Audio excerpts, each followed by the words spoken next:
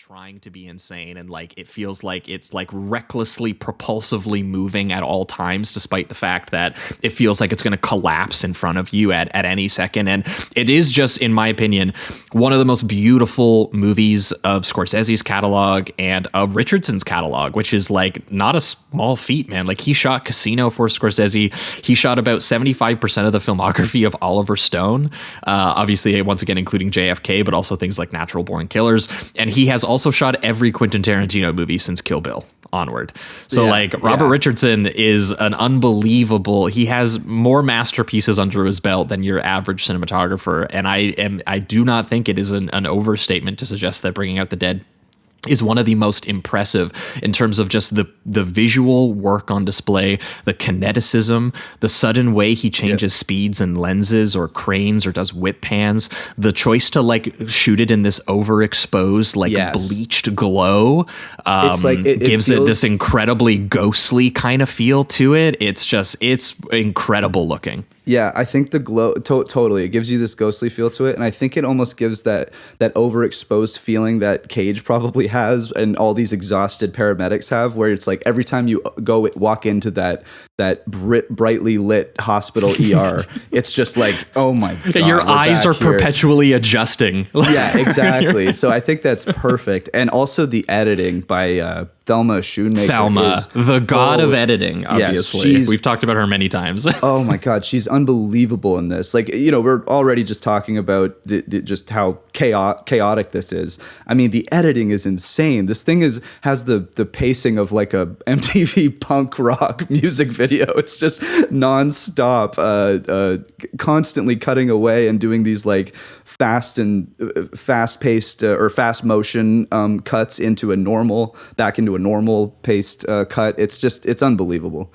Well, and think about how much like the fact that like Richardson was asked to alternate between shooting these like darkly comical, almost like hang out on the job sequences, and then, you know, fit it in with a genuinely existential and spiritual portrait of like a guy who really needs to get his fix, but his fix is saving people, which is obviously just an incredible concept. And the way that the movie has to shift gears and tones and styles to suit this like nightmarish psychological just torment this character is going through. Like Thelma is hugely responsible for managing those gear shifts and those tonal shifts and like making sure that on a scene by scene basis, the audience isn't being like, what the fuck is happening?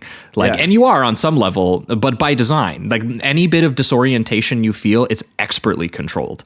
And it's definitely Scorsese and Thelma know absolutely everything that they're doing. Yeah, and I think what it does really well, too, is still lock you into this character perspective. I really feel like you get to know this guy, unlike many characters that you get to see in film. Like, it's really in depth.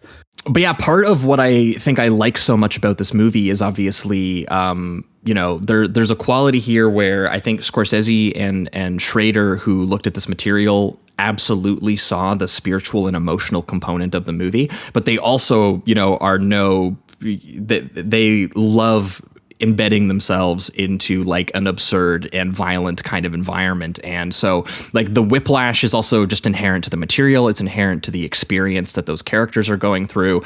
And part of what I think is so incredible about this movie is that it never it will take you into a shocking moment and an upsetting moment, and it does it without ever losing track of the fact that this is a very personal, sort of compassionate story that they're telling, which is actually part of what, speaking of Thelma, because, you know, we will at some point mention the fact that this movie is one of the few movies that Scorsese made in the 90s that received very little acclaim. It kind of got a little bit of tepid reviews. It was one of his movies that failed at the box office pretty significantly. And it was also his only movie of the 90s to not garner a single Oscar nomination.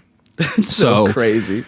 It is. It's crazy. And Thelma thought that part of it was because it was a pretty big, expensive studio movie. And Schrader even mentioned that when he came on set for the few days he came on set for, he was shocked at, like, when we were making Taxi Driver, like, Scorsese complained about the fact that they had no money to do anything. And here he had like every tool in the studio box. And that's why you can tell that it's so beautiful. It's so playful. It, you know, everything that it's doing, it's like clearly someone harnessing a huge budget. But Thelma argued that the reason she thought people had such a strange response to it was because it was sold to people as like a car chase movie. And it does have exciting moments like that to you if that's what you go to it for. But she says all of the marketing, all of the trailers, the studio positioned it as like a thriller, like what we're going to be talking about next with the ambulance. And yeah. It's so strange though, because when I watch this movie, it's exactly how I feel. Like I do feel like I'm watching a car chase or at least a car accident. And that's just it. It does give you that, but I think that if you're looking for like the traditionally satisfying, like I don't know, like we'll talk about Eric Roberts getting into a fucking stunt off with a car.